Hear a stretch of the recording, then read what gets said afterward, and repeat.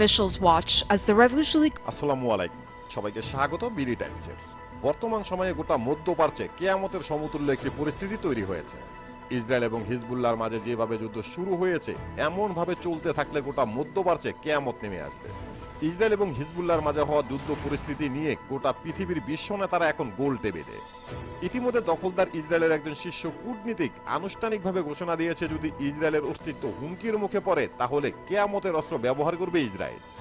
তার মানে তারা গোটা মধ্যপ্রাচ্যে পারমাণবিক বোমা নিক্ষেপ করবে। আর যদি ইসরায়েল এমন সিদ্ধান্ত নেয় তাহলে প্রশ্ন থেকেই যায়, তাহলে ইরানের পারমাণবিক বোমা কোথায়, কি করবে ইরান? এই বিষয়গুলো নিয়ে A to Z আলোচনা করব আজকের এই ভিডিওতে। আশা করি ভিডিওটি শেষ পর্যন্ত দেখবেন। আর হ্যাঁ প্রিয় দর্শক, এখন থেকে আমরা এই চ্যানেলটি নিয়ে নিয়মিত কাজ করব। আপনাদের সাবস্ক্রাইব এবং সহযোগিতা কামনা করছি।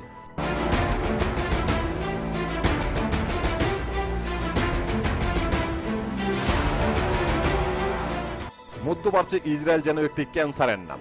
এমন একটি ক্যান্সারের অ্যান্টিবায়োটিক হিসাবে ইরানের নেতৃত্বে 1980-র দশকে তৈরি হয় হিজবুল্লাহ নামের একটি সংগঠন। লেবানন সংখ্যাগরিষ্ঠতার দিক দিয়ে শিয়া হওয়ার কারণে ইরান তাদের পূর্ণ সমর্থন দেয়। এমনকি বর্তমান পর্যন্ত হিজবুল্লাহর এই সংগঠনের পিছনে যা খরচ হয়ে থাকে তার প্রায় 40% দিয়ে থাকে ইরান। যেহেতু ইসরায়েলকে ধ্বংস করার জন্য হিজবুল্লাহকে তৈরি করা হয়েছে, তাই তাদের শত্রুতা জন্মলগ্ন থেকে। 2006 সালে ইসরায়েলের সাথে হিজবুল্লাহর 33 দিনের একটি যুদ্ধ হয়েছে, যে যুদ্ধে হিজবুল্লাহর কাছে ইসরায়েল পরাজয় স্বীকার করেছে। এরপর থেকে আর ইসরায়েল এবং হিজবুল্লাহর সাথে মুখোমুখি যুদ্ধ হয়নি। কিন্তু বর্তমান সময়ে যেন সর্বাধিক এবং পূর্ণমাত্রার যুদ্ধ আশঙ্কা তৈরি হয়েছে ইসরায়েল এবং হিজবুল্লাহর সাথে। 2023 সালের অক্টোবরে ফিলিস্তিনি এবং ইসরায়েলের মাঝে যুদ্ধ শুরু হওয়ার পরপরই আংশিকভাবে হিজবুল্লাহর সাথে ইসরায়েল যুদ্ধে জড়িয়ে পড়ে। আর সেই আংশিক যুদ্ধে ভয়াবহ রূপ নিতে শুরু করে 2024 সালের জুন মাসের শুরুর দিকে।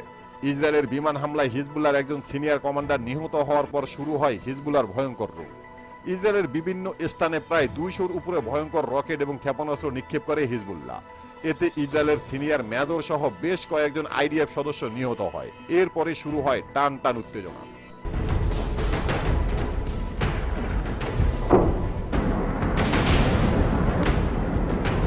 আর এরকম হামলা পাল্টা হামলার মধ্যে ইসরায়েলের সাধারণ জনগণ ইসরায়েল ছাড়তে শুরু করেছে। প্রায় 5 লাখ ইহুদি ইসরায়েল ত্যাগ করেছে। পরিস্থিতি যখন এমন, ঠিক তখনই ইসরায়েলের উচ্চপদস্থ একজন কূটনীতিক ঘোষণা দিয়েছে, বর্তমানে যা শুরু হয়েছে এভাবে ইসরায়েলের অস্তিত্ব হুমকির মুখে পড়তে যাচ্ছে। আর ইসরায়েলের অস্তিত্ব যদি হুমকির মুখে পড়ে যায় তাহলে ইসরায়েল গোটা মধ্যপ্রাচ্যে কিয়ামতের অস্ত্র ব্যবহার করবে, যা সরাসরি পারমাণবিক বোমা হামলা করার ইঙ্গিত। এই কূটনীতিক আরো দাবি করেছে, যুক্তরাষ্ট্র, ফ্রান্স এবং যুক্তরাষ্ট্র তাদেরকে সবসময় দিক নির্দেশনা দিয়ে থাকে কখন কি করতে হবে এবং কি করবে। আর বর্তমানে যুক্তরাষ্ট্র, ফ্রান্স এবং যুক্তরাজ্যের পক্ষ থেকে এমনটাই উল্লেখ করা হয়েছে যে ইসরায়েলের অস্তিত্ব হারানোর হুমকিতে রয়েছে। তাই ইসরায়েল শুধু লেবানন নয়, গোটা মধ্যপ্রাচ্যে কিয়ামতের অস্ত্র ব্যবহার করবে।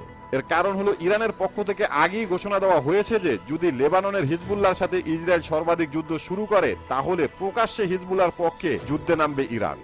এর মানে হলো সরাসরি ইসরায়েলের অস্তিত্ব ধ্বংস করা। তাই ইসরায়েলের পক্ষ থেকে এমন সিদ্ধান্ত।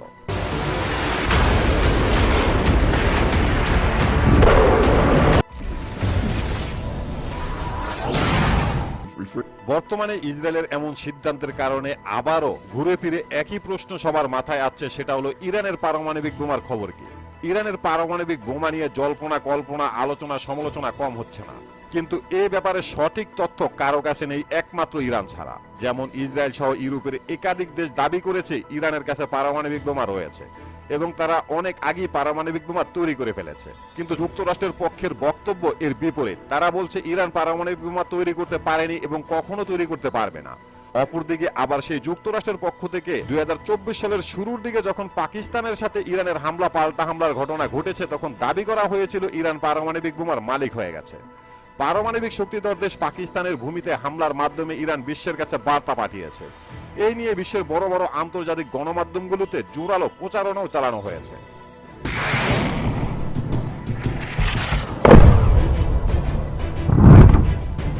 ইরানের পারমাণবিক বোমা সম্পর্কে সঠিক যে তথ্যটি পাওয়া যায় সেটি হলো আন্তর্জাতিক পারমাণবিক সংস্থার পক্ষ থেকে যে প্রতিবেদন তুলে ধরা হয়েছে সেখানে। আন্তর্জাতিক পারমাণবিক সংস্থার পক্ষ থেকে দাবি করা হয়েছে ইরান 60 মাত্রার বিশুদ্ধ ইউরেনিয়াম মজুত করেছে এবং দীর্ঘদিন যাবৎ তারা ইউরেনিয়াম মজুত করে আসছে। যে পরিমাণ ইউরেনিয়াম তারা মজুত করেছে তার মাধ্যমে 2টি পারমাণবিক বোমা তৈরি করা সম্ভব। হয়তোবা ইরান 2টি পারমাণবিক বোমা তৈরি করেছে, না হলে তারা চাইলেই 15 দিনের মধ্যে 2টি পারমাণবিক বোমা তৈরি করতে পারবে। আন্তর্জাতিক পারমাণবিক সংস্থার পক্ষ থেকে আরো দাবি করা হয়েছে, তাদের প্রতিবেদনে এতটুকুই এসেছে, এর বাহিরে তারা প্রতিবেদন প্রকাশ করতে পারেনি, হয়তোবা এর থেকেও বেশি হতে পারে। আন্তর্জাতিক পারমাণবিক সংস্থার পক্ষ থেকে এই দাবিটা করা হয়েছিল 2023 সালের জুন মাসে, আর সেই হিসাব করলে বোঝা যায় ইরান পারমাণবিক বোমা তৈরি করে ফেলেছে। তবে 2023 সালের জুন মাসের পর থেকে ইরানের পক্ষ থেকে পারমাণবিক বোমা নিয়ে কোনো মন্তব্য করা হয়নি। তার মানে গোটা পৃথিবী এখনো ইরানের পারমাণবিক বোমা নিয়ে ধোঁয়াশার মধ্যে রয়েছে। ইরানের পারমাণবিক বোমা নিয়ে আরো বিস্তারিত তথ্য নিয়ে পরবর্তী ভিডিওতে হাজির হব আপনাদের মাঝে। আজকের মতো এখানেই শেষ করছি। আল্লাহ হাফেজ।